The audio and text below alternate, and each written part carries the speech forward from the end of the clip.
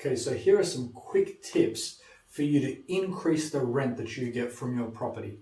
And you may have heard of some of these before, you may have never heard of it before, but I know for me, when some experienced real estate investors shared these tips with me, it made a massive difference the amount of money that I could get out of a property. So most people think that the money that you get out of a property is just the rent, okay? But there are so many things that you can value add for your tenant in that property outside of just paying rent, okay?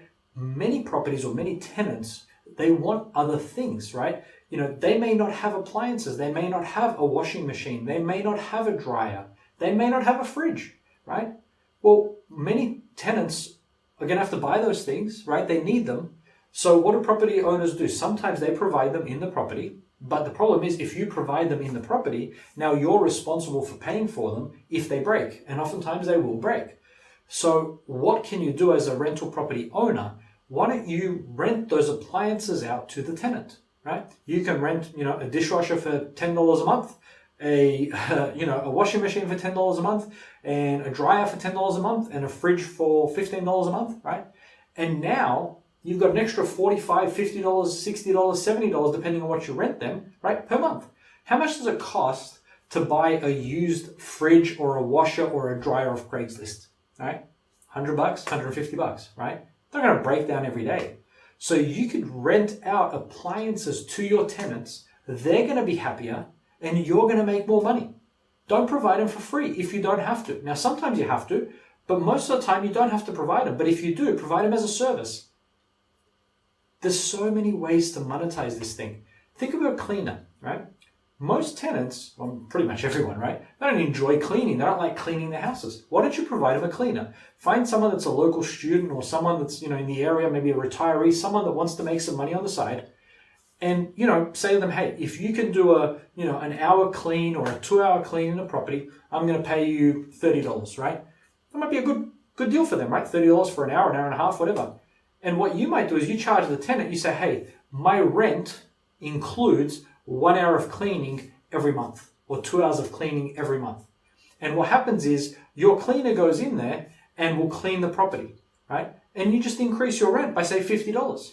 So you pay the person $30 and then you get $50 from the tenant. And the tenant will be happy paying you that $50. I mean, they don't know they're paying you necessarily because it's part of the rent. But this property comes with a free house cleaner once a month. They're going to come and tidy up your property. Who would want that? I mean, it's just such a great deal, and it's a good way to value add, make it more attractive, and then they feel good, because most of the time, people in rentals, not always, but most of the time, they're working in the service industry, they're working somewhere where they're doing things for others. This is someone doing something for them. It makes them feel special. And you can make money on it, and you give someone a side job, and guess what? Your property will be cleaner because somebody's going in and cleaning it regularly. They can give you a heads up if they've seen anything in the property that they're concerned about, or maybe there's some issues with mold or whatever. So there are so many clever little ways to monetize your property, to make more money from it outside of just having a property rented. And many owners don't have this creativity, don't have this mindset. They're just thinking about how can I get the most amount of rent?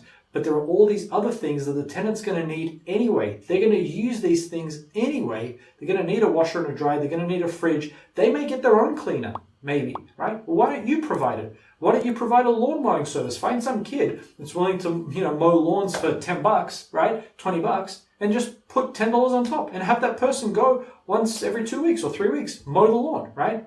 Include it in your rent or charge them separately, and then you can make another $10 or $15 on top of that. And so you can go from a property that's renting for, say, $1,000 a month, and between renting them all the appliances and the cleaning and the mowing and anything else, you might make $11.50 a month, right? You've just increased your rent by 10, 15%, right, with these things. And here's the thing, you might think, well, yeah, but that's not fair or it's bad or whatever. No, it's not, because here's the thing.